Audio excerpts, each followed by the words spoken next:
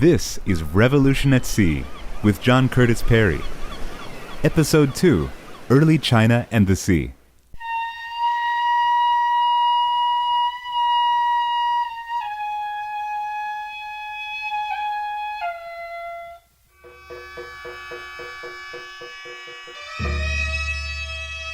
China was the leading candidate for global oceanic pioneer.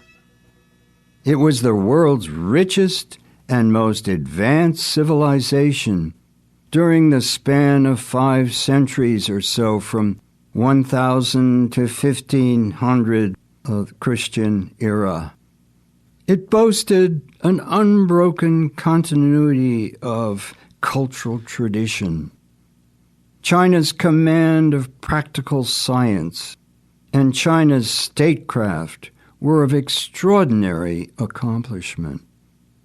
Why, then, did China not seize the lead and open the world ocean?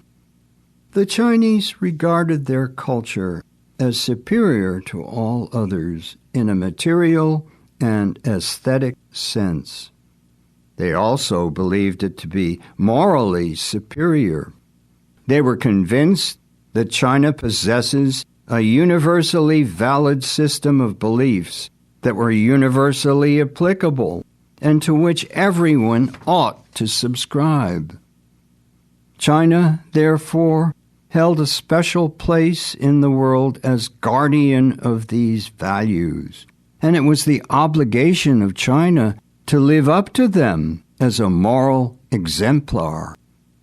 These values could not be imposed upon other people, but others should be encouraged to accept them, the Chinese believed. They were despised if they did not take advantage of the opportunity. The Chinese believed it was up to the outsider to take the initiative. These cultural attitudes develop along with the realities of Chinese history. The Chinese interacted with the outside world largely through the nomads on a long land frontier. This was therefore a continental, not a maritime, connectivity. Nomadic peoples operated across a more than 4,000-mile-long Eurasian corridor, living in a vast grassy steppe walled in north by the great Siberian boreal forest, and in the south intermittently flanked by desert and by sedentary agrarian civilizations. The Chinese dialogue with the nomads was dynamic. Mobile on their hardy ponies, nomads often appeared sweeping in like typhoons and then disappearing like flashes of lightning, their advent and their present fluid, even frenzied. They were part of an age-old contest between steppe versus sown, the pastoral versus the agricultural, the man on horseback versus the land-bound peasant. The interaction was a constant in Eurasian history. Ibn Khaldun, the great peripatetic Muslim historian, writing in 1377, saw this counterpoint of nomad and settler to be the prime motive force of history. He saw it as a struggle between the civilized and the savage. The Chinese, if they had known of him, would have heartily agreed on that contrast. Drifting westward and southward, Eurasian nomads ricocheted like billiard balls, hitting against the core civilizations. British geographer Sir Halford Mackinder would define it as the great Asiatic hammer striking through the open spaces of the steppes. The power of that hammer would last until the development of gunpowder weapons and the opening of global oceanic trade routes. In China, these barbarians, as the Chinese saw them, conquered and fused with the Chinese imperial order, working within it to achieve their own aims. The Chinese accepted them as long as they accommodated to the norms of Chinese culture. The fusion was eased because the racial difference was insignificant, and the barbarians were often eager to adapt themselves to Chinese culture. They were free to do so if they wished. Such was the Chinese expectation and often the reality. This great and protracted dialogue forms a major force in Chinese history. The struggle soaked up military resources and provided a primary focus of attention. It conditioned Chinese attitudes towards the outside world, and this would carry immense consequence for modern China. China chose to put its collective political energies into its continental margins, ultimately creating the China that we know today, the world's last great land empire, now today freshly awakened to the potential of the sea. A major early center of Chinese civilization arose in the north, in the valley around the bend of the Great Yellow River. But expansion to the south became a major feature of Chinese historical geography, with the north retaining political authority, the south emerging as an economic dynamo.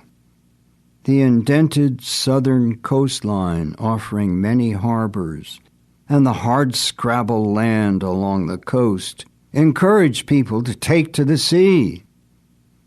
Fishing, trade, and piracy flourished, and many Chinese began to use the sea as avenue to a better life.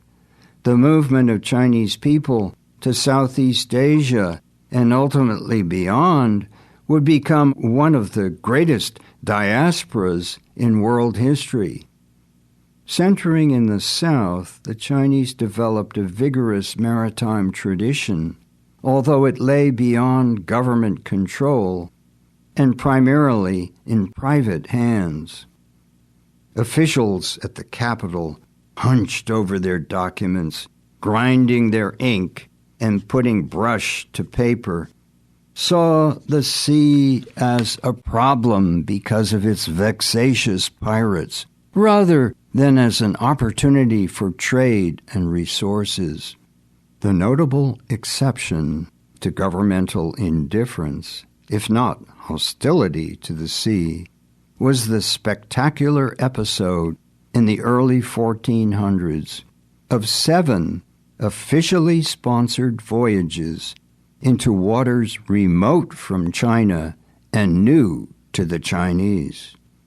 These great ships crossed the Indian Ocean, sailing south to Zanzibar, north to Ormuz, and west to Jeddah on the Red Sea.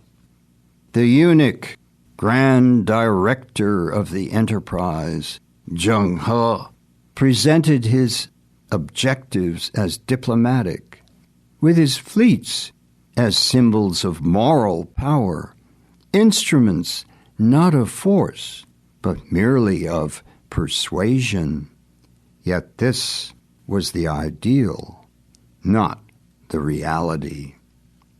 Beneath soft words and silken panoply of glistening banners and richly embroidered robes, these ships, armed with gunpowder weapons, formed what we would today call an oceanic strike force, an instrument capable of compelling or conquering.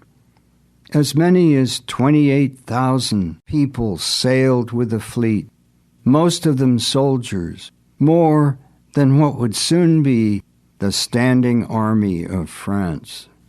We are uncertain what his ships looked like, but they represent a naval technology unequaled anywhere in the world at the time. The classic seagoing junk represents the type.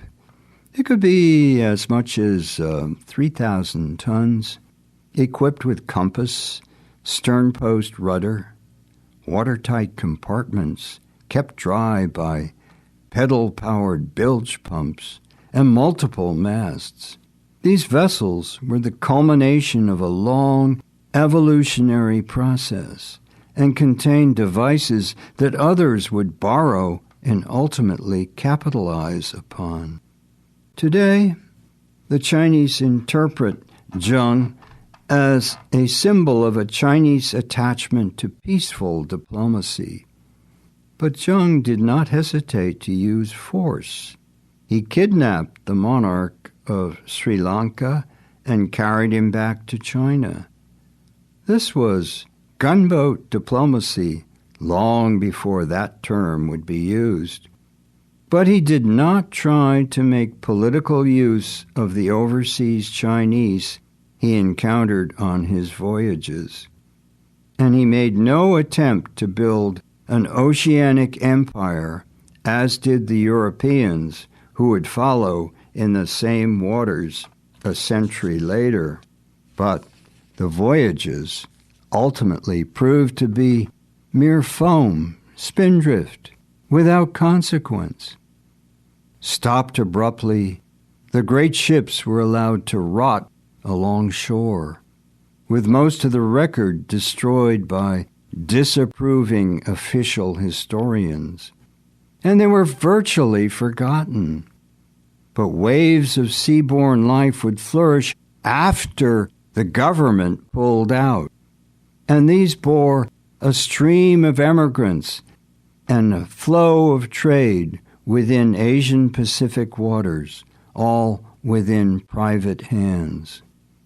This was a regional, not global phenomenon, thalassic, not pelagic, whereas Zheng He, despite his remarkable voyages, did not change history.